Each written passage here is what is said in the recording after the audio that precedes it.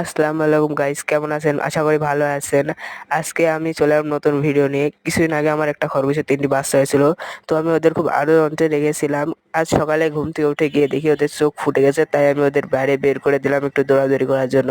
বাইরে এসে ওরা খুব খুশি হয়ে দৌড়াদৌড়ি করতেছিল। কেউ এদিকে যাচ্ছে, কেউ ওদিকে যাচ্ছে, খুব সুন্দরভাবে দৌড়াদৌড়ি করতেছিল।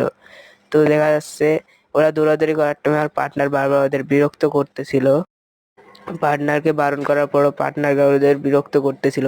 তো আমি রেগে গিয়ে পার্টনার হাত থেকে খরগোশের বাচ্চাটা কিনে নিলাম, তাও পার্টনার ওদের বিরক্ত করতেছিল। তো বকাঝকা করার পর পার্টনার ওদের থুয়ে দিল। তো নানি ওদের দৌড়াদৌড়ি দিকে একটু খাওয়ার জন্য রুটি দিয়েছিল, তাই ওরা রুটি খাচ্ছে। কিন্তু ওই বদমাস একটা খরগোশ না খেয়ে খাবার এদিক ওদিকে দৌড়াচ্ছিল। তো আমি ওকে ফাইনালি ওকে ধরে এনে এখানে রুটির কাছে দেওয়ার পর আর কি, রুটির কাছে দেওয়ার পর ও একটু শুঁকে দেখলো। দেখার পর ফাইনালি ও রুটি ফাইনাল